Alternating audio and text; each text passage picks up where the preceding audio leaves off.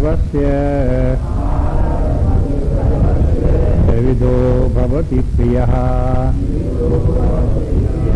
यज्ञस्तपस्तथा दानम् तेषां भेदमिमं शृणु आयुः सत्यबलारोग्य सुखप्रीति विवर्धना रस्या स्निग्धा स्थिरा हृदया आहारा सात्विक प्रिया तत्त्वं लवण अत्युष्ण तीक्ष्ण रूक्ष विदाहिना आहारा राजसस्येष्टा दुःख शोकमय प्रदा यातयामं गतरसं ऊतिपर्युषितं च यत् उच्छिष्टम् अपि चामेध्यम् भोजनं तामसप्रियम् अफलाकांक्षभिर्यज्ञो विधिदृष्टो युज्यते यस्तव्यं एवेति मनः समाधाय स सात्विकः अभिसन्धाय तु फलम् दम्भार्थम् अपि चैव यत् युज्यते भरतश्रेष्ठ तं यज्ञं विद्धि राजसम् अभिसन्धाय तु फलम् दम्भार्थम् अपि चैव यत् युज्यते भरतश्रेष्ठ तं यज्ञं विद्धि राजसम्।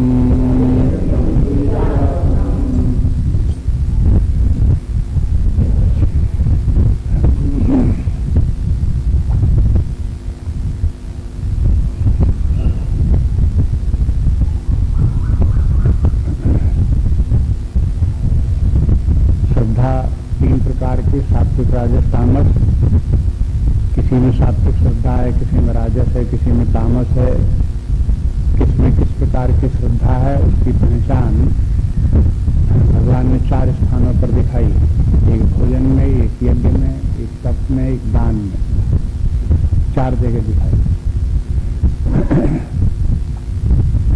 भोजन तो सभी लोग करते हैं सामान्य रूप से, तो उनका तो जो है वो भोजन को देख करके अपने आप समझ सकते हैं कि किसके किस प्रकार की श्रद्धा किस प्रकार की है। भोजन 3 प्रकार के 3 लक्षणों के द्वारा उनको 3 भागों में बांट दिया और सात्विक राजस तामस व्यक्तियों की रुचियों के अनुसार उन्हें बता दिया। अब आए यज्ञ दान और तप। यज्ञ दान और तप है, ये गीता में इन तीनों का एक साथ नाम बहुत जगह आया है। 11वें अध्याय के अंत में समाप्त होने लगा तब भगवान ने कहा कि देखो, जैसा रूप अर्जुन हमने तुमको दिखा दिया, ये विराट रूप, ये है वेदाध्ययन करने वाले, यज्ञ करने वाले, तपस्या करने वाले, दान करने वाले ऐसे लोगों को भी दुर्लभ है।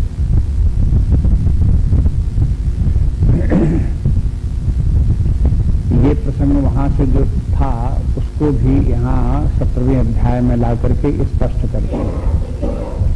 इसका तात्पर्य क्या है? 18वें अध्याय में जब ये अध्याय पूरा हो जाता है तब यज्ञ दान तप का नाम फिर लेते हैं भगवान और कहते हैं यज्ञ दान तपा कर्म पावनानि मनीषिणः।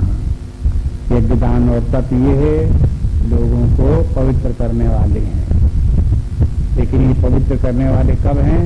जब सात्विक हों। इसलिए यज्ञ दान तप क्या है ये भी जानना चाहिए और इनके सात्विक रूप को भी समझना चाहिए, जिससे कि सात्विक रूप से इनका यज्ञ दान तप इत्यादि किए जाएं तो पाविनान मनीषिणः से मन चित्त शुद्ध होता है।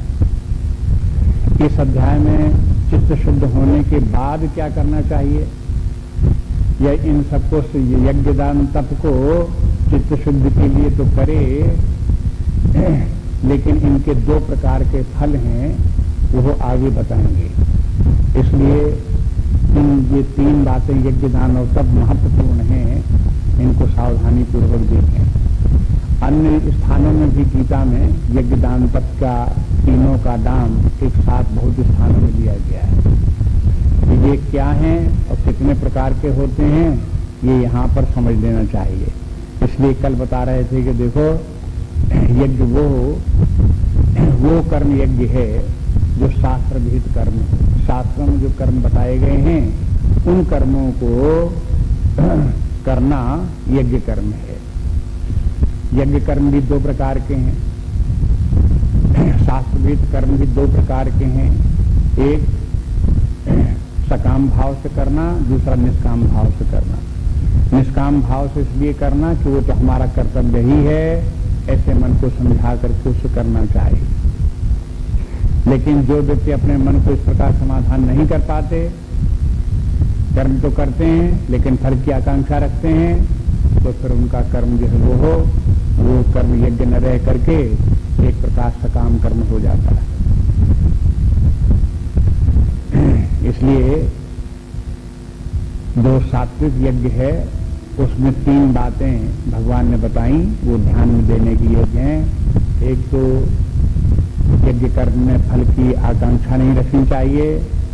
दूसरे ये है विधि दृष्टा, अपने उसको विधि को विधान को देख करके शास्त्र का जैसा यज्ञ है उस प्रकार से शास्त्र विधान के अनुसार करना चाहिए। और तीसरा अपना कर्तव्य कर्म समझ करके उस यज्ञ को करना चाहिए।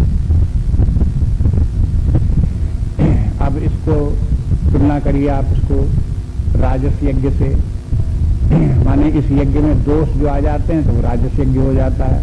अब राजस यज्ञ में बताते अभिसंधाय तो फलम। अब सात्विक में जो बात थी कि अफलाकांक्षी भी, तो इसके स्थान पर अब क्या आ गया, अभिसंधाय तो फलम। संधाय के मन खोज करते हुए, मन लक्ष्य रखते हुए कि इस यज्ञ का हमको ये फल प्राप्त होगा, ऐसे विचार करके जो यज्ञ किया जाता है वो राजस यज्ञ हो गया। और फिर क्या उसको बताए कि दंभ दंभार्थम अपिचैवियत, और जो दंभ के लिए किया जाता है, दंभार्थम के माने अलग अलग कर लो तो दो अर्थ हो गए, दंभ के लिए और अर्थ के लिए। अर्थ के माने प्रयोजन लिए, दंभ के लिए। यदि कोई दंभ के लिए यज्ञ करता है तो भी राजस यज्ञ है, दंभ और अर्थ के लिए यज्ञ करता है तो भी राजस यज्ञ हो गया। दंभ जानते हैं कि यद्यपि उसको यज्ञ करने में कहीं कोई रुचि नहीं है, यज्ञ को अपना कर्तव्य कर्म नहीं समझता है, लेकिन फिर भी अन्य लोगों को दिखाने के लिए कि हम भी यज्ञ करते हैं, हम भी यज्ञ करना जानते हैं, ऐसे अपने आप को याज्ञिक बताना, दिखाना लोगों को दम्भ है। जो व्यक्ति में जब जो गुण नहीं होता है उस गुण को दूसरे लोगों को दिखावटी रूप में जब व्यक्ति प्रकट करता है तब उसे दम्भ कहते हैं। इसलिए यज्ञ भी शास्त्र विहित कर्म है, शास्त्र की आज्ञा है कि यज्ञार्थ कर्म करने चाहिए, लेकिन वो यज्ञार्थ कर्म नहीं करता, लेकिन दूसरों को बताता इस प्रकार से कि हम भी यज्ञार्थ कर्म करते हैं। तीसरे अध्याय में भगवान बोले आए यज्ञार्थस्य अन्यत्र कर्मणो कर्म बंधनः, यज्ञ के अतिरिक्त और जो व्यक्ति कर्म करता है अन्यत्र वे सब कर्म बंधनकारी हो जाते हैं। इसके माने यज्ञ के लिए किया हुआ कर्म जो है वो बंधनकारी नहीं होता। तो कर्म तो बहुत से कार्य करता है वो, तो ये कर्म बंधनकारी हो जाएंगे वे। जहां जहां कामना के साथ जो जो कर्म किए जाते हैं तो कहते हैं उन सब कर्मों को यदि व्यक्ति कामना छोड़ करके करे तो उसके वे सब कर्म यज्ञ कर्म हैं और फिर वे बंधनकारी नहीं होते हैं। उस बात को ध्यान में रखते हुए यज्ञ के संबंध में बहुत बातें पहले आ गई हैं, उनको ध्यान में रखते हुए आगे यहाँ पर देखना चाहिए। सात्विक राजस तामस का 3 भेद यहाँ यज्ञ का आ गया है। तो अभिसंधाय तो फलम, फल की कामना रखते हुए और दम्भ के लिए, और कभी कभी यज्ञ अर्थ के लिए भी किए जाते हैं। अर्थ के लिए कि माने कुछ लोग चंदा इकट्ठा करके यज्ञ करते हैं, लोक कल्याण के लिए दिखा देते हैं कि जिसको हमने यज्ञ किया, और उस यज्ञ में से कुछ पैसे फिर बच जाते हैं। तो यज्ञ का उद्देश्य क्या हुआ? हाँ, धन का, तो उससे पैसा इतना बच जाएगा वो फिर हमारे दूसरे काम आएगा। तो ये जो है, ये है राजस यज्ञ हो गया। अब देखो, इस प्रकार की बहुत गलतियां व्यक्ति से होती रहती हैं, लेकिन उसका ध्यान नहीं जाता, क्योंकि शास्त्र का अध्ययन नहीं किया। लोग इसे बहुत बार समाज में बुरा भी नहीं मानते, कहते ठीक है यज्ञ तो कराया, बच गया होगा तो बच गया होगा, ले जाने दो उसको, यज्ञ तो करा दिया इतना। इसके बाद कहते हैं इज्जते भरत श्रेष्ठ तम यज्ञम बुद्धि राजसम। हे भरत श्रेष्ठ, अर्जुन सुनो कि इस प्रकार से जो यज्ञ किया जाता है वो राजस यज्ञ होता है। राजस यज्ञ के माने ये नहीं कि वो भी यज्ञ होता है और एक प्रकार है उस यज्ञ का। राजस यज्ञ के माने वो यज्ञ की कोटि से नीचे गिर गया, निंदनीय यज्ञ हो गया। उसके लिए, ऐसे यज्ञ के करने के लिए शास्त्र मत नहीं है, शास्त्र उसके लिए आज्ञा नहीं देता कि इस प्रकार से यज्ञ किया जाए, इसलिए उसको मना करने के लिए राजस कहा गया है। अगला श्लोक देखिए, विधिहीनम असस्तान्नम मंत्रहीनम दक्षिणम श्रद्धा विरीतम यज्ञम तामसम परिचक्षते। विधिहीनम असस्तान्नम मंत्रहीनम दक्षिणम श्रद्धाभिरेतम यज्ञम तामसम परिचक्षते। अब तामस यज्ञ और राजस यज्ञ से भी ज्यादा खराब यज्ञ। हाँ, अब उसके देखो उस यज्ञ में दोष क्या है? विधिहीनम, माने उसमें विधान, शास्त्र विधान जो विधान में छोड़ दिया गया, मनमानी ढंग से यज्ञ करने लगे। यज्ञ के लिए विधान आवश्यक है, तब वो सात्विक यज्ञ बनता है। विधान को जानना पड़ता है कि शास्त्र में क्या कहा गया, और फिर अनेक प्रकार के यज्ञ हैं, उन सब यज्ञों के विधान अलग अलग हैं। इसलिए कौन यज्ञ करना है, किस प्रकार के यज्ञ करना है, उसका विधान जान करके तब उस यज्ञ को करें और उसके फल की आकांक्षा न रखें। तभी कहते हैं विधिहीनम और अशिष्टान्नम। अशिष्टान्नम मन, एक बात ये भी है कि जो सात्विक यज्ञ होगा तो उस यज्ञ में अन्नदान भी होता है, तब वो यज्ञ पूरा होता है। विधि के अंतर्गत एक विधि ये भी है, अन्नदान करो। अगर अन्नदान नहीं करता, यज्ञ करता है तो तामस यज्ञ होगा। फिर बोले मंत्रहीनम, यज्ञ तो करते हैं लेकिन मंत्र कोई नहीं, साइकिल उठाई घूमते गए, झोंकते गए, आग में डालते चले गए। हाँ, तो अब ये कैसा यज्ञ हो गया? ये कह बोले कि ये तामस यज्ञ हो गया।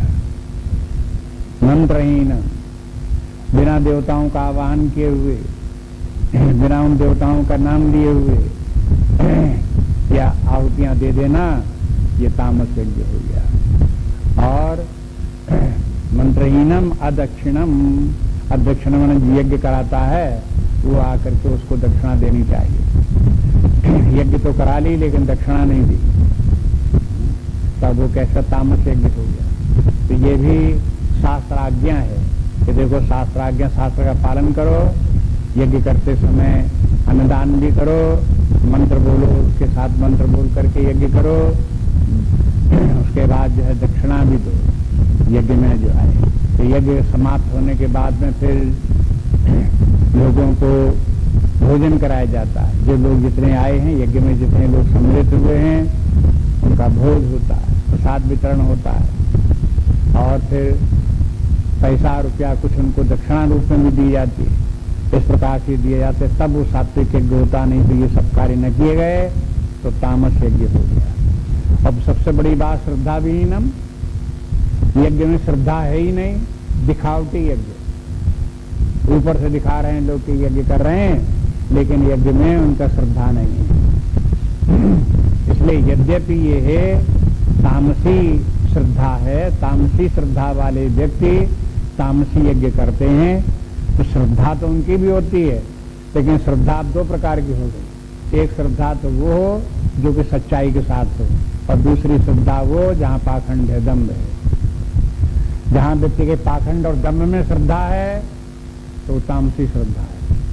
जब सच्चाई में श्रद्धा रख करके फिर उस कार्य करता है तब उसकी सात्विक श्रद्धा होगी। इसलिए श्रद्धा विरहितम यज्ञम, श्रद्धा है ही नहीं और यज्ञ कर रहे हैं। तामसम परिचक्षते, ऐसे यज्ञ को तामस यज्ञ कहते हैं। यज्ञ के बारे में देखो बहुत सी बातें इसमें मालूम हो गई। कुछ बातें जो तामस राजस कह दी हैं उनका निषेध कर दिया गया, और उनका उल्टा जिनका निषेध कर दिया गया उनका विपरीत कर लो, और फिर सात्विक के साथ उनको जोड़ लो, और वही यज्ञ करना ठीक विधान हुआ।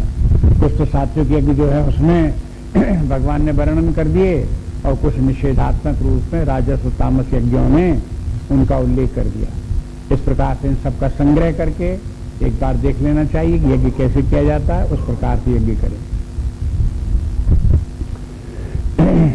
मुंडक उपनिषद में एक स्थान पर आता है यज्ञ करने के संबंध में, वहां भी यज्ञ करने की कई बातें आती हैं। उसमें एक बात ये भी आती है कि यज्ञ अनेक प्रकार के होते हैं, उसमें से जो यज्ञ जिस तिथि को होना चाहिए उस तिथि को करना चाहिए, जिस काल में होता है उस काल में करना चाहिए। जैसे गर्मी सर्दी होते हैं, इस प्रकार से जिस ऋतु में होना चाहिए उस ऋतु में करना चाहिए। तो ऋतु को देख करके, तिथि को देख करके, दिन में या सायंकाल या रात्रि में किस समय यज्ञ करना है उस काल को देख करके तब यज्ञ करना चाहिए। जब इन सब ये विधान के अंतर्गत आता है, यदि इस विधान को देख करके यज्ञ करता है तो सात्विक यज्ञ हो गया।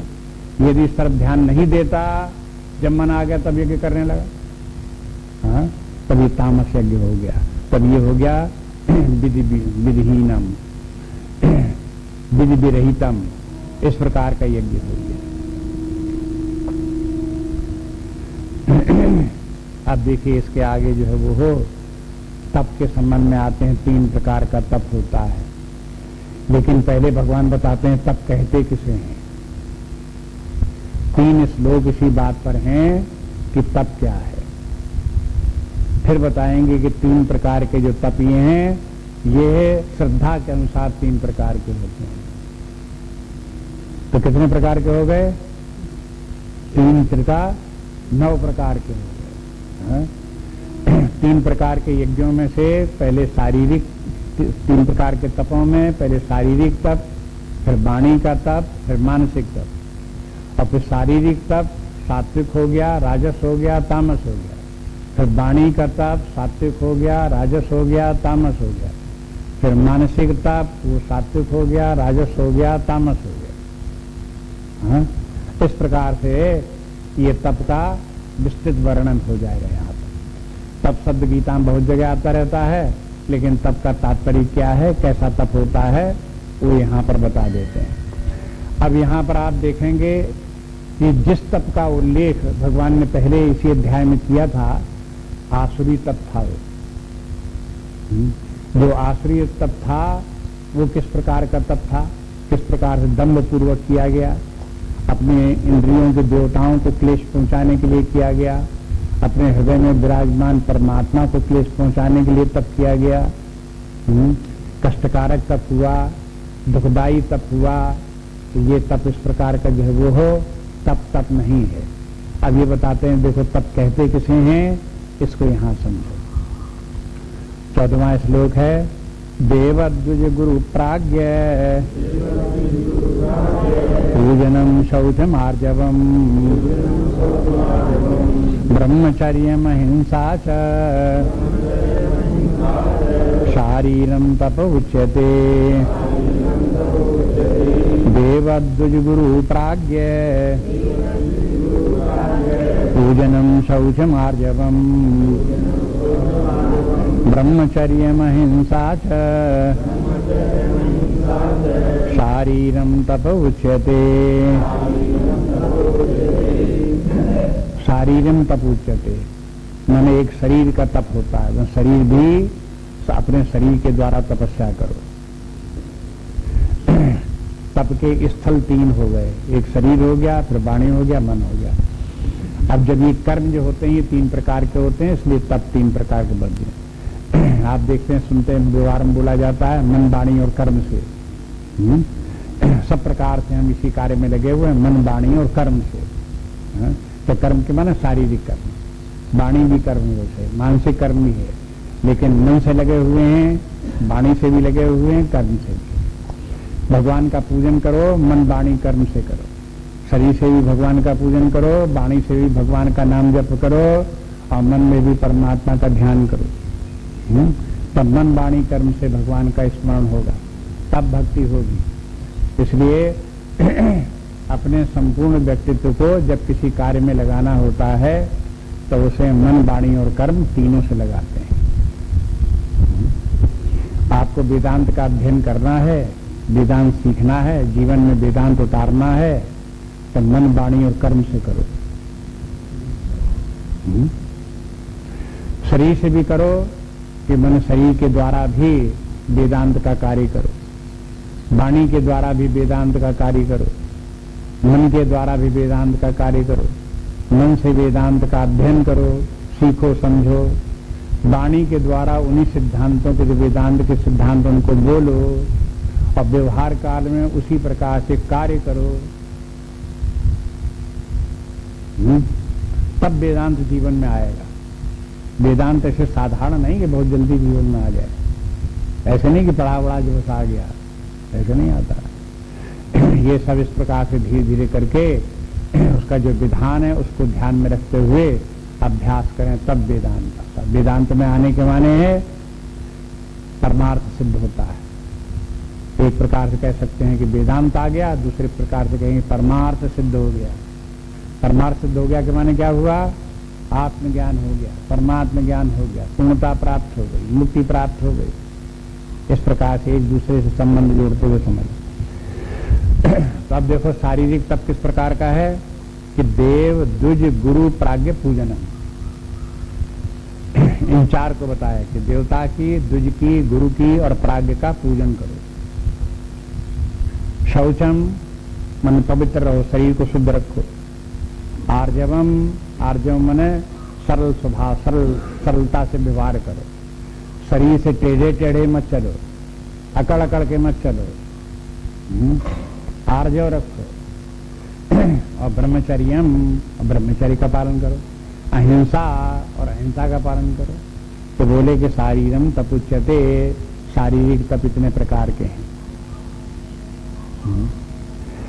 ये सब तप है। देव पूजनम तप है। देखो पहले नहीं सर की तरफ ध्यान का कहा कि देवता को पूजा करें, इसमें क्या तपस्या की बात है? कि नहीं, तप है।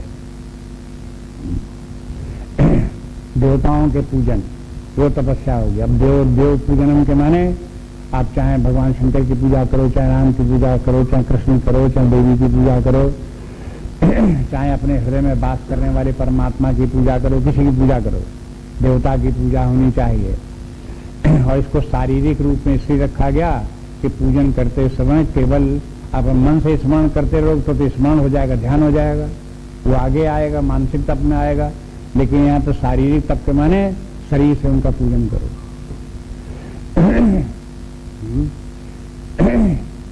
लोगों का ध्यान इधर की तरफ नहीं जाता, लेकिन शास्त्र आज्ञा है कि देवताओं का पूजन करना चाहिए। माने उनको, भगवान को जो है वो आरती करो, भोग लगाओ, स्नान कराओ, माला पहनाओ, फूल चढ़ाओ, उनको प्रणाम करो, वंदना करो। ये सब शरीर से कार्य करना पड़ेगा, ये सब करने चाहिए। तपस्या यहीं से प्रारंभ होती है। करो तपस्या इस प्रकार की, और ये कार्य रोज करो, नियम पूर्वक करो। ये नहीं कि एक दिन कर लिया हो गई तपस्या। तपस्या के माने नित्य करो उसे। तो देव पूजनम, उसके बाद दूसरी बात द्विज पूजनम, द्विज का पूजन करो। द्विज के माने जिसने शास्त्रों का अध्ययन किया हो, शास्त्र का ज्ञान हो, शुभाशुभ कर्मों का ज्ञान हो, परमार्थ का ज्ञान हो, इन सबका जिस व्यक्ति को ज्ञान हो और उसी प्रकार का आचरण करने का अभ्यास कर रहा हो, उसका नाम द्विज है। द्विज वैसे ब्राह्मण क्षत्रिय वैश्य इन तीनों में जब उनका संस्कार यज्ञोपवीत हो जाता है तब द्विज कहलाते हैं। द्विज के माने हैं 2 बार जिसका जन्म हुआ, एक बार मां के गर्भ से जन्म हुआ, दूसरी बार जहां उसने गुरु दीक्षा ली, गुरु ने उसको मंत्र की दीक्षा दी, गायत्री मंत्र जपने के लिए उसको बता दिया, सिखा दिया, मंत्र जपने लगा, तो अब वो द्विज हो गया, दूसरा जन्म उसका हो गया। मां से शरीर प्राप्त हुआ तो शरीर का जन्म हुआ। अब जब गुरु से दीक्षा प्राप्त हुई तब संस्कार का जन्म हुआ। संस्कार, शरीर और संस्कार दोनों चाहिए, बिना संस्कार के मनुष्य पशु रह जाएगा। इसलिए शरीर तो मनुष्य जैसा प्राप्त हुआ, लेकिन उस मनुष्य को एक्चुअली मनुष्य बनाने के लिए संस्कार की जरूरत पड़ती है। जब संस्कार उसका प्राप्त हो तब वो मनुष्य हुआ, तो मनुष्य द्विज कहलाते हैं। जैसे चिड़िया जो है वो भी द्विज कहलाती है। क्यों? कि चिड़िया भी 2 बार पैदा होती है। एक बार चिड़िया ने अंडा दिया, अंडा पैदा हुआ, और अंडा फूटा, उससे बच्चा पैदा हुआ। 2 बार में उसका जन्म होता है। इसी प्रकार से मनुष्य का भी जन्म 2 बार में होता है, इसलिए द्विज है। एक बार अगर जन्म हुआ तो फिर द्विज नहीं रहा, मां से शरीर से सब प्राप्त हो गया, लेकिन उसके आगे फिर उसने अपना संस्कार नहीं किया तो फिर द्विज नहीं बन पाया। हाँ, केवल शरीर मात्र रह गया उसका। जब वो संस्कार भी अपना करे तब द्विज। संस्कार के माने एक डिसिप्लिन स्वीकार करने को तैयार हो और उसके अंदर रहने के लिए प्रवृत्त हो, तब वो द्विज हुआ। संस्कार के माने ये यज्ञोपवीत होता तो उसमें क्या है, हाँ? कि उससे कहा जाता कि भाई अब देखो तुमको कुछ नियम पालन करने पड़ेंगे। यज्ञोपवीत जिन्होंने जिनके हुए होंगे उनको याद होगा, शायद न याद हो, कभी बताया जाता कभी नहीं बताया जाता। कोई पंडित लोग जहाँ ठीक होते हैं तो बता भी देते हैं, कहते देखो अब तुम्हारा यज्ञोपवीत हो गया, अब तुम देखो चलते फिरते रास्ते मत खाना, बिना नहाए खाना मत खाना, स्नान करके खाना खाना, और रोज भगवान का पूजन करना, थोड़ा भगवान का जल जरूर रोज चढ़ा लेना। गायत्री मंत्र तुमको सिखा दी, इस गायत्री मंत्र को कम से कम 3 माला वैसे जपनी चाहिए। 3 न जप पाओ तो 1 माला जब जरूर रोज करना, और तो 1 माला भी न जप पाओ तो 11 बार नहीं जप पाओगे, कहीं तभी टाइम नहीं मिलेगा। कम से कम 11 बार तो जप ही लेना। लेकिन ऐसा दिन कोई न जाए जिस दिन तुम स्नान न करो और गायत्री मंत्र ना जपो। ये तुम्हारा डिसिप्लिन है। तुम मानने को तैयार हो, कहा कि हम मानने को तैयार हैं, मानने को तैयार हो तो ठीक, तुमने डिसिप्लिन स्वीकार कर लिया। हाँ? अब तुम जंगली हाथी की तरह से नहीं हो कि जहां तहां देखो तहां मारे फिर रहे हो, तहां उछलते कूदते घूम रहे हो। अब तुम एक संयम के अंतर्गत आ गए। अब जो तुमको बता दिया गया इस प्रकार से करो। फिर उसमें यज्ञोपवीत की पुस्तक में और भी लिखा रहता है कि देखो किसी नदी में स्नान करो तो नंगे स्नान मत करना, किसी कुएं में मत झांकना, किसी ऊंचे छत के ऊपर चढ़ करके नीचे मत झांकना, कहीं तुम पेड़ के ऊपर मत चढ़ना, तुम कहीं लटकना नहीं। जन कितने जीवन के जो विधान हैं वो उस पुस्तक में लिखे होते, सब बता दिए जाते हैं। और जब उन सबको स्वीकार कर लेता है व्यक्ति, उसे माना जाता है कि ये अब डिसिप्लिन में है। और अगर न माने, इनको कहते हम नहीं सब मानते कुछ, तो उसने डिसिप्लिन नहीं माना। प्राचीन काल में यह भी नियम था कि जो डिसिप्लिन को माने उसको फिर शिक्षा दो, फिर गुरु के पास भेजो। तो गुरु उसको पढ़ाता था, अध्यात्म विद्या पढ़ावे, लौकिक विद्याएं पढ़ावे, तो हम शिक्षा दे। तो जो डिसिप्लिन मानने को तैयार होता था उसको शिक्षा दी जाती, और जो बालक डिसिप्लिन मानने को तैयार ना हो उसे गुरु के पास नहीं भेजा जाता था। और गुरु से एक्सेप्ट भी नहीं करता था। देखो कितनी अच्छा व्यवस्था थी प्राचीन काल में। आजकल तो पैसा दो एडमिशन लो, हैं, डिसिप्लिन मानो न मानो, चाहे अध्यापकों को तुम गोली मारो, लेकिन तुम्हारा एडमिशन हो जाएगा, इम्तिहान दे सकते। पर ये कोई पढ़ाई लिखाई का तरीका नहीं है। ये क्या पढ़ाएगा जब डिसिप्लिन में नहीं रह सकता, क्लास में शांत होकर बैठ नहीं सकता, क्लास में बैठ करके बोल रहा है, चिल्ला रहा है, सुर मचा रहा है, गालियां बोल रहा है।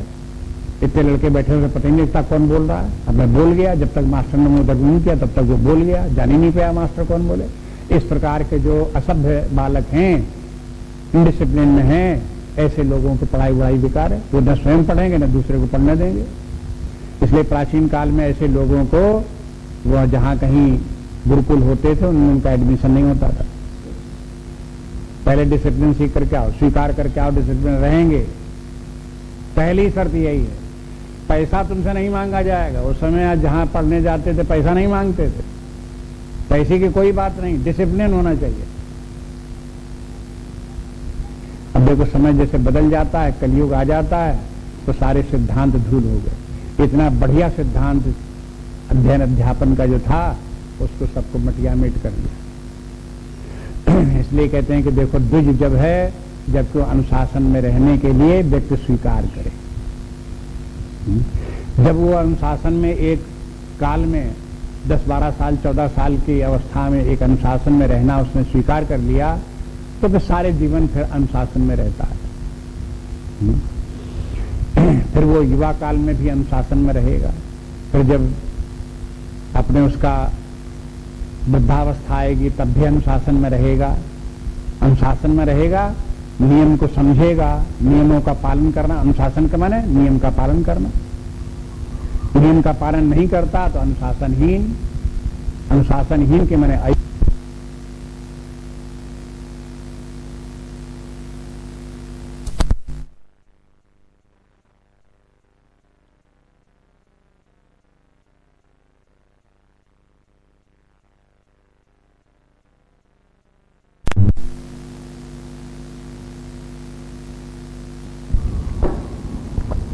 इसका तात्पर्य हुआ कि यदि कोई व्यक्ति, कोई बालक 10-12-14 साल के बाद और उसका संस्कार कर दिया गया, यज्ञ पवित्र कर दिया गया, तो अब वो द्विज हो गया।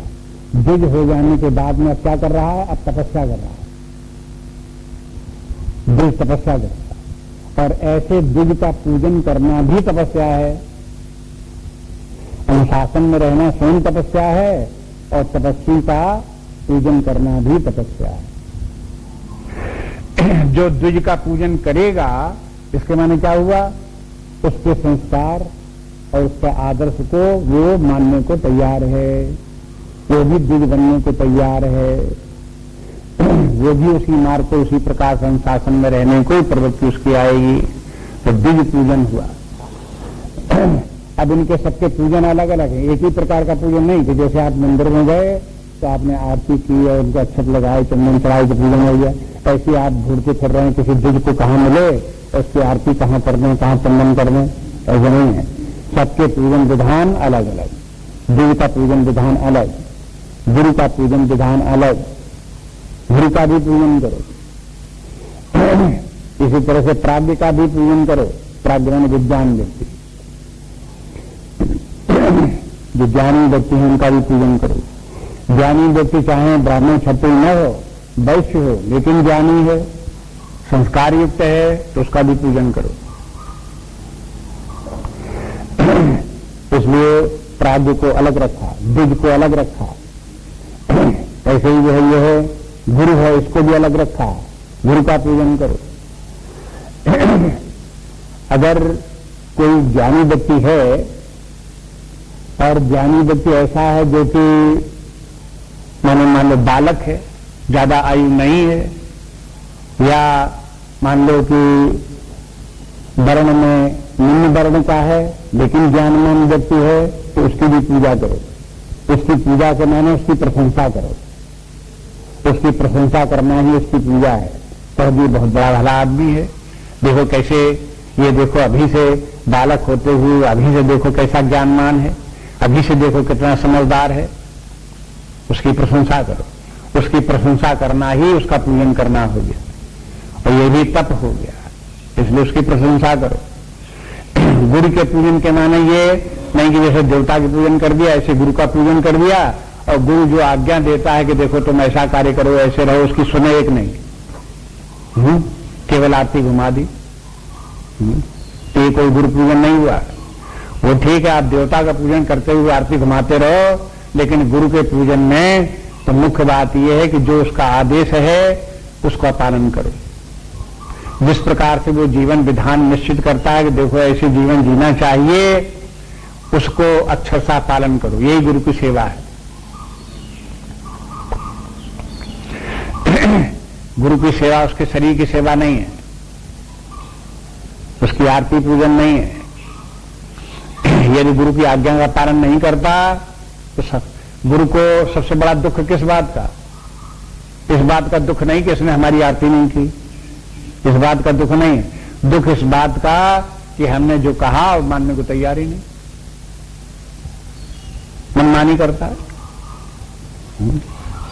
इसलिए गुरु का पूजन अन्य प्रकार का है, द्विज का पूजन अन्य प्रकार का है। द्विज के पूजन के माने ये है कि उसके पास जाओ, शास्त्र के संबंध में पूछो और उसको दक्षिणा दो। आप द्विज को दक्षिणा न दो, शास्त्र की बात पूछ आओ और बिना दक्षिणा दिए हुए, तो ये उसका पूजन नहीं हुआ। द्विज के पास जाओ भी, शास्त्रों में क्या लिखा उसे पूछो भी और उसे दक्षिणा भी दो, हो गया उसका पूजन। इसलिए सबका पूजन भिन्न भिन्न प्रकार से, अलग अलग प्रकार से सबका पूजन है। ये चारों का पूजन बताया। एक बात इसमें यह भी कही, भाई गीता के ऊपर तो तमाम आचार्य हो गए हैं, तमाम चिंतन भी तमाम हो गया है। एक आचार्य कहते हैं कि गुरु प्राज्ञ पूजनम, जो गुरु प्राज्ञ हो उसका पूजन करो। ज्ञानवान गुरु का पूजन करो। तो दूसरा आचार्य कहता नहीं, ऐसा अर्थ नहीं है। इसका अर्थ यह है कि गुरु का पूजन अलग बात है, प्राज्ञ का पूजन अलग बात है। गुरु अगर ज्ञानी न हो तो भी उसका पूजन करो, और प्राज्ञ यदि गुरु न हो तो भी उसका पूजन करो। अब आप जितना ही इसके गीता की तरफ, अर्थ की तरफ ध्यान देंगे उतना ही आनंद है। हाँ, उतना ही समझ में भी आएगा, उतना ही आनंद भी प्राप्त होगा। अगर ध्यान नहीं देंगे, केवल शब्द शब्द मात्र तक ही आपकी दृष्टि रहेगी और कानों तक शब्द आएंगे, उनका अर्थ आपके मन में उतरेगा नहीं, तो फिर बेकार है जरूर, गीता का आनंद नहीं जरूर। इसलिए देवद्विज गुरु प्राज्ञ पूजनम शौचम, शौच शरीर से शुद्धता रखो, शरीर अशुद्ध नहीं होना चाहिए। रोज स्नान करे, अशुद्ध होने के बाद में फिर शुद्धता लावे। अभी स्नान करने की बात नहीं कही गई, कहीं कहीं पैर धोने से भी शुद्धता आ जाती है, कहीं कहीं हाथ धोने से भी शुद्धता आ जाती है, कहीं कहीं मुख धोने से शुद्धता आ जाती है।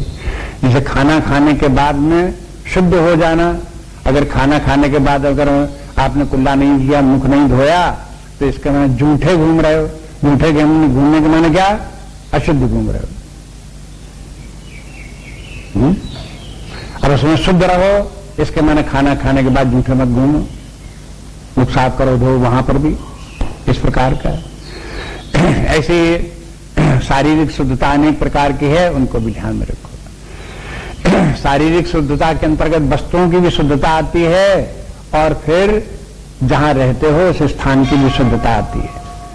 जिस कमरे में जहां रहो उसको भी शुद्ध रखो, जो कपड़े पहनते हो उनको भी शुद्ध रखो, तब शुद्धता, शारीरिक शुद्धता पूरी होती है। इसलिए फिर उसके बाद आर्जवम, आर्जव के माने है सरल स्वभाव, व्यक्ति का जो है सरलता के साथ रहे। कभी कभी कोई व्यक्ति जो बहुत अकड़ अकड़ कर चलते हैं, तो अकड़ कर चलना जो है वो हो अनार्जव है। व्यक्ति जो है साधारण स्थिति में रहे, ना अकड़े और ना कमर झुका के चले, सीधा रहे, साधारण। आर्जव में सीधा रहे, बस टेढ़ा ना हो, अकड़े नहीं। इस प्रकार से रहना जो है वो हो, वो भी एक तप है। शरीर से व्यक्ति आर्जव में तभी होगा जब मन से आर्जव होगा। इनमें सबने देखा कि देव पूजन इत्यादि पूजन कब होगा? जब मन में पूज्य भाव होगा तब इनका पूजन होगा। हालांकि ये सब शारीरिक तप हैं, लेकिन इनके शारीरिक तप भी मन के आदेश से चलता है। शरीर भी शुद्ध तब रहेगा जब मन से आप निश्चय करेंगे कि शुद्ध रखना है। इसी तरह से शरीर में आर्जव भी तब रहेगा जब मन से आर्जव होंगे। मन में ही तीन तिक्रम रही, मन में ही अहंकार रहा, तो शरीर में आर्जव नहीं दिखाई दे। अगर व्यक्ति का अहंकार होता है मन में, तो शरीर भी उसका आंकड़ा दिखाई देता है।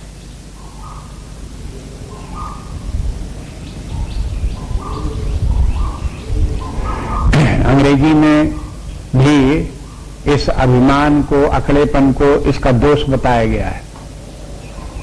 अंग्रेजी साहित्य में भी, उसमें भी एक कहावत है, turn up nose, turn up nose. उसके आगे पीकॉक जोड़ देते, टर्न अप नो पीकॉक। जैसे मोर जो है ऊपर को मुंह करके पेंटे बोलता, चिल्लाता है चोंच ऊपर करके, ऐसे कोई व्यक्ति जब बोले तो ऊपर को मुंह करके, अकड़ करके बात करे, तो नाक जब ऊपर उसको उठाए हो, तो ये सही अभिमान का लक्षण है। तो देखो, संसद जो दुर्गुण हैं वो सब जगह पहचाने गए, अन्य स्थानों में पहचाने गए। इस प्रकार से यदि कोई व्यक्ति अकड़ करके बोलता है, अकड़ करके चलता है, तो फिर वो आर्जव नहीं हो गया। इसलिए तपस्या बताते हैं, देखो ये तप है।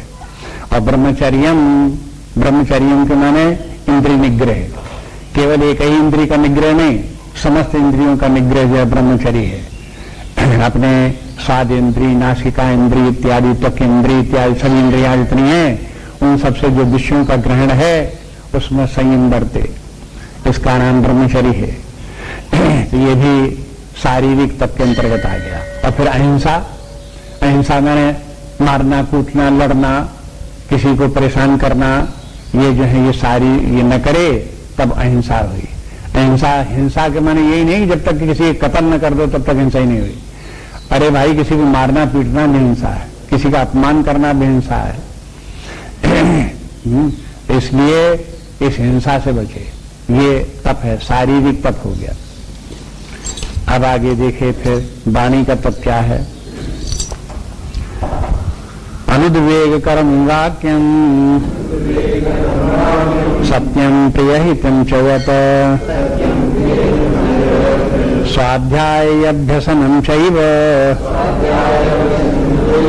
वाङ्मयं तप उच्यते। अनुद्वेग कर्म वाक्यम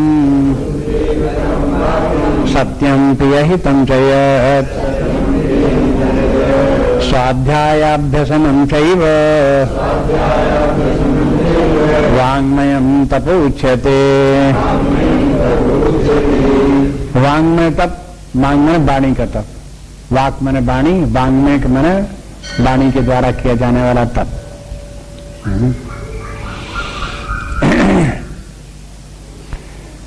वैसे तो वाङ्मय के माने वाणी से बना है, इसलिए वाणी का तप हुआ। ये प्रसंग भी इसी प्रकार का है, लेकिन वाङ्मय जो है वो साहित्य भी कहलाता है।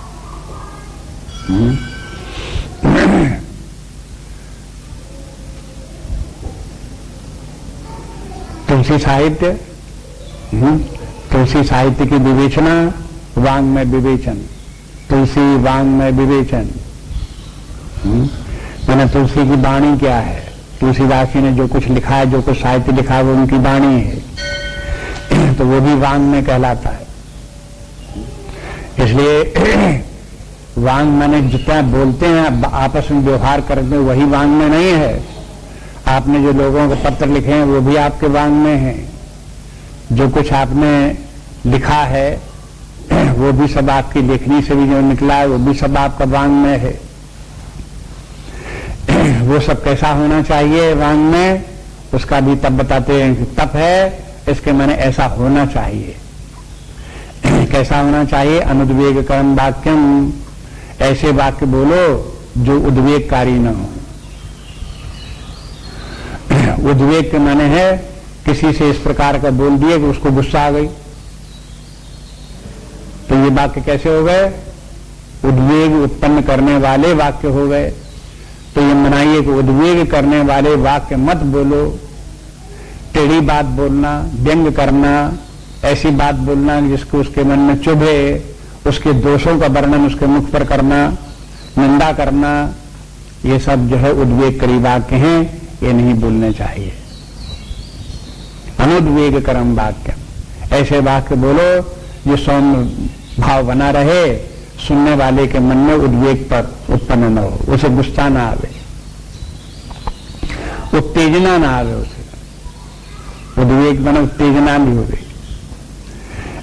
साहित्य की भी रचना करो तो ऐसे साहित्य की रचना करो जिसका अध्ययन करने से व्यक्ति को पढ़े तो उसे उत्तेजना ना आवे, उद्वेग उत्पन्न न हो, शिक्षा प्राप्त हो उससे, साहित्य से व्यक्ति का कल्याण हो, लेकिन उद्वेग उत्पन्न न हो। इसलिए अनुद्वेग करम वाक्यम पहली बात ये, और सबसे पहली बात ये माने महत्व की दृष्टि से सबसे पहला महत्व की बात क्या है? ऐसे बोलो जिसमें उद्वेग न हो। फिर दूसरी बात ये कि सत्यम, जो कुछ बोलो सत्य बोलो। सत्य बोलने के साथ कैसा बोलो? प्रिय बोलो। प्रिय बोलने के साथ कैसा बोलो? हितकारी बोलो। देखो ये बोलने के संबंध में कितनी बातें हो गई? 4 बातें हो गई। एक तो अनुद्वेग कर, दूसरे सत्य, दूसरी प्रिय, फिर हितकारी। ये 4 बातों को ध्यान में रख करके बोलें। तो अब इनको बोलने में आपको चारों बातों को ध्यान रखना पड़ेगा, तो उसके लिए आपको एक प्रकार से श्रम करना पड़ेगा। हाँ, तब आपको ध्यान रहेगा। हाँ, नहीं गलती हो जाएगी। तो बराबर ध्यान रखना कि जो कुछ हम बोलें वो सत्य बोलें, जो कुछ हम बोलें वो प्रिय बोलें, जो कुछ बोलें वो हम हितकारी बोलें, दूसरे को उद्वेग उत्पन्न न हो। इसमें चारों में से कहीं कोई गलती न हो जाए, इस बात के लिए सावधान रहे बराबर। तब उसका जो है वाणी का तप हुआ। कभी कभी लोग जो है इसके तर्क के स्थान में कुतर्क देते हैं, कहते हैं कि हमने तो सत्य बात थी, सही बात थी, सब खरी खरी कह दी। अब सही बात खरी खरी कह दी तो उसके तो मन में उद्वेग उत्पन्न हो गया। क्या हमें उद्वेग उत्पन्न हो चाहे ना हो, उससे हमें क्या लेना देना? तो इसके माने है वो बात जो है वो हो, आपने शास्त्र की एक बात तो मानी, दूसरी बात नहीं मानी। आपने ये बात तो मानी कि सत्य बोलो, लेकिन ये बात नहीं मानी कि अनुद्वेग करे बोलो। सत्य बोलो लेकिन प्रिय बोलो। इस सत्य के साथ में प्रिय भी है, माने प्रिय के माने जो कुछ बोलो तो दूसरे को अच्छा लगे, उसे बुरा ना लगे, तब तो प्रिय होगी बात। बस ये गलतियां व्यक्ति से होती रहती हैं।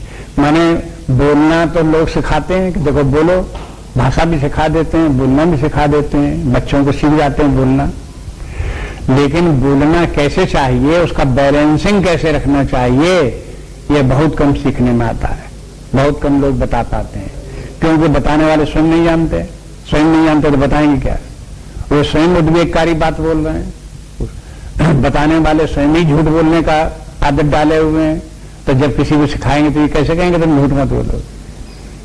ये कैसे कहेंगे कि तुम जो है वो हो ऐसा बोलो कि प्रिय लगे, हितकारी हो? ये नहीं सिखाते करो।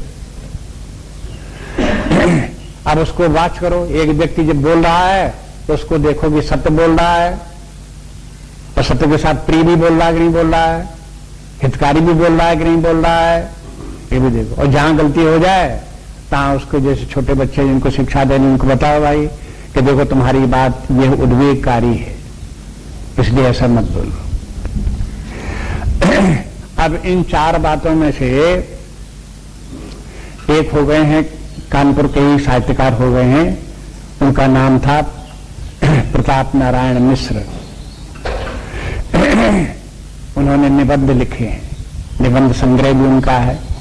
एक निबंध उनका जो है वो है बात की बात। बात की बड़ी बात, उसके ऊपर पूरा निबंध है। उसमें बात के ऊपर जितने भी मुहावरे हैं वो सब उसमें संग्रह कर दिए। बातें हाथी पाइए, बातें हाथी पाओ, एक ही कहावत है। माने बात करने का एक तरीका होता है कि बात करने में अगर एक तरह से बात करो तो आपको बात के बदले में हाथी इनाम में मिल जाए, और बात करने का दूसरा तरीका है कि ऐसे बोलो को आपको हाथी के पैर के नीचे कुचल दिया जाए। बातें हाथी पाइए, हाथी मिल गया, और बातें हाथी पांव, हाथी के पांव के नीचे पहुंच गए, सजा मिल गई। तो देखो बात की बात जो छोटी बात नहीं है, इसलिए बात का अभ्यास डालना पड़ता है, किस प्रकार से बोलना चाहिए।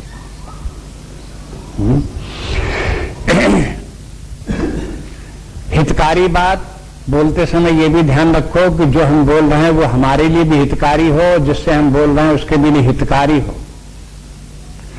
और जब हितकारी ना अपने लिए ना दूसरे के लिए, तब बोलना फिजूल है, वाचारंभण है, व्यर्थ की बात है। और फिर जब व्यर्थ की बातें करोगे, लूज टॉक्स जो अंग्रेजी में कहते हैं, व्यर्थ की बात कहते हैं, वो क्या है? उसके मन वाणी का तप नहीं है, फिर वो तपस्या छूट गई। इसलिए हितकारी बात होनी चाहिए। फिर उसके बाद कहते हैं कि देखो वाणी का एक तप और है, वो है स्वाध्याय अभ्यसनम, स्वाध्याय का अभ्यास करो।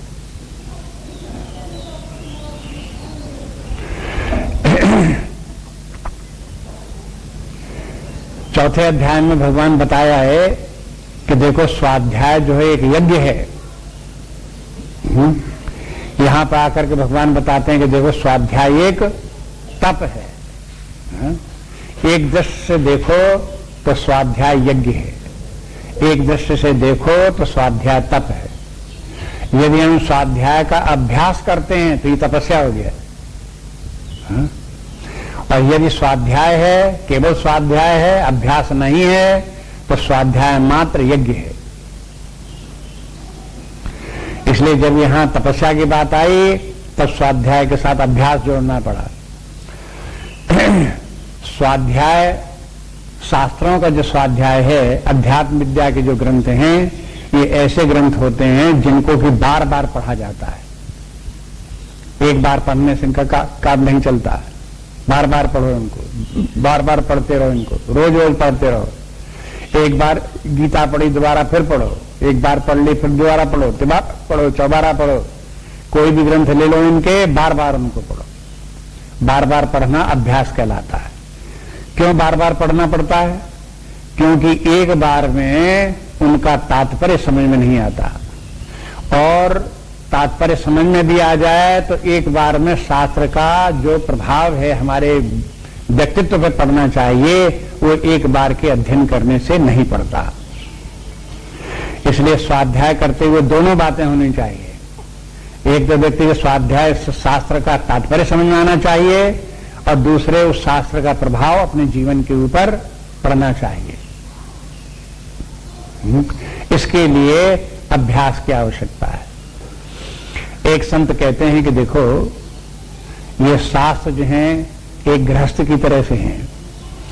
जैसे एक भिक्षुक किसी गृहस्थ के दरवाजे पहुंचता है और उसे कहता है कि भिक्षा मांगता है कि खाने को कुछ दो।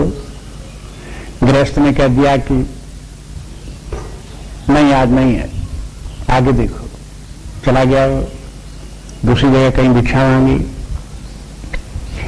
दूसरे दिन अब जब वो भिक्षुक आता है तो भिक्षा मांगने वाले का नियम उसको सिखाया जाता है कि जहां कल गए थे और उसने मना कर दिया था तो ऐसा मत करना कि दोबारा वहां मत जाओ। देखो साधारण व्यक्ति क्या सोचेगा कि जहां एक दिन गए उसने भिक्षा मांगी, नहीं दी इसलिए दोबारा जाने से क्या फायदा, वो तो देता नहीं है। ऐसा नहीं, जिसने नहीं दी उसके पास फिर जाओ, कहोगे भिक्षा दो, और अगर दूसरे दिन भी न दे तो आगे चले जाओ, कहीं ना कहीं कोई ना कोई देगा, वहां ले लो।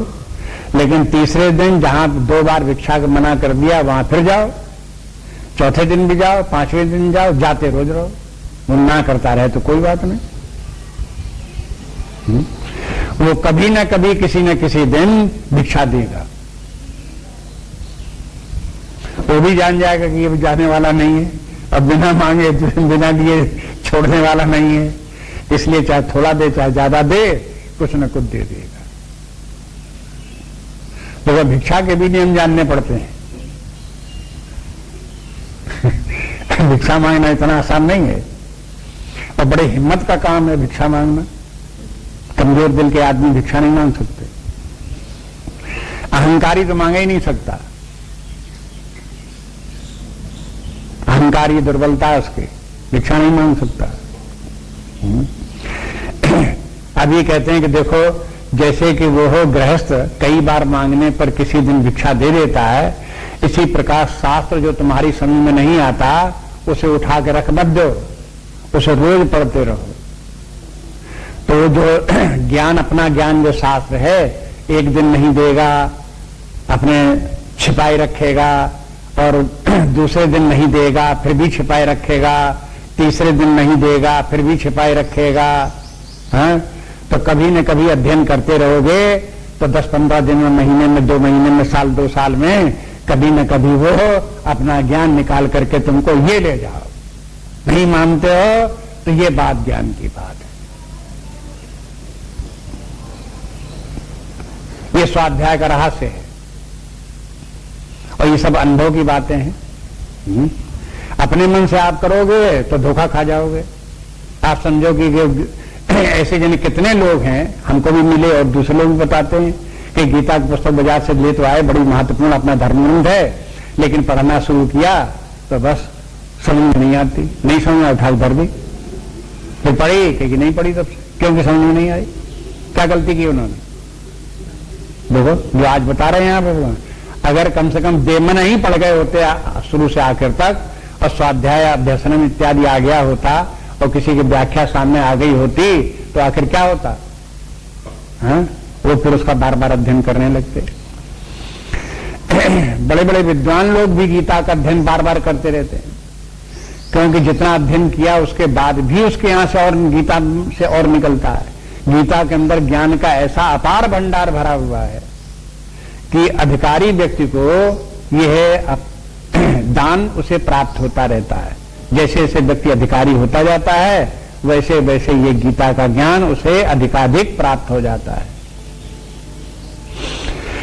जो व्यक्ति गीता को एक बार लिया हुआ, पढ़े, उठा के भर दे और पढ़े नहीं दोबारा, वो अधिकारी है ही नहीं, इसलिए उसको ज्ञान प्राप्त नहीं हुआ।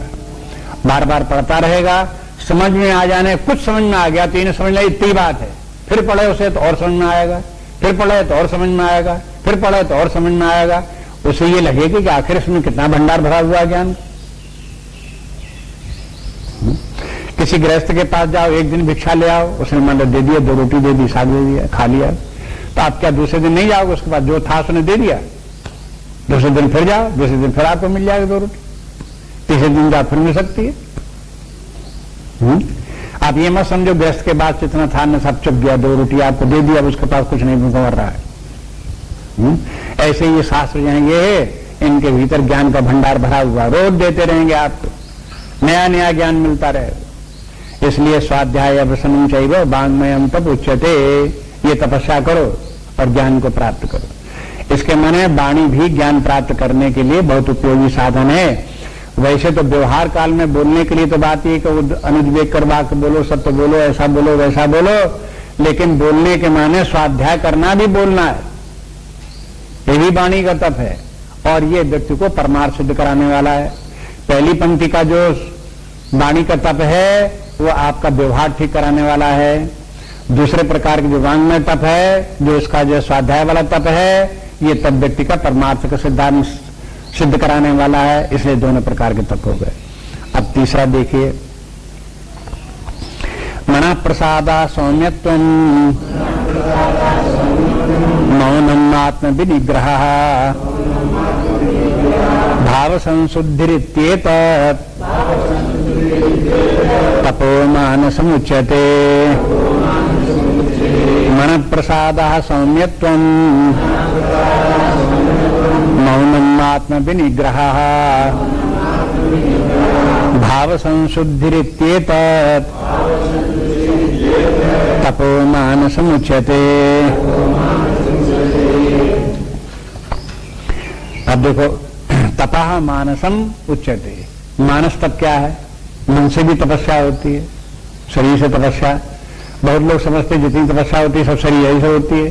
धूप में खड़े रहो, पानी में खड़े रहो, अन्न में खाओ, व्रत करो, यही सब तपस्या है।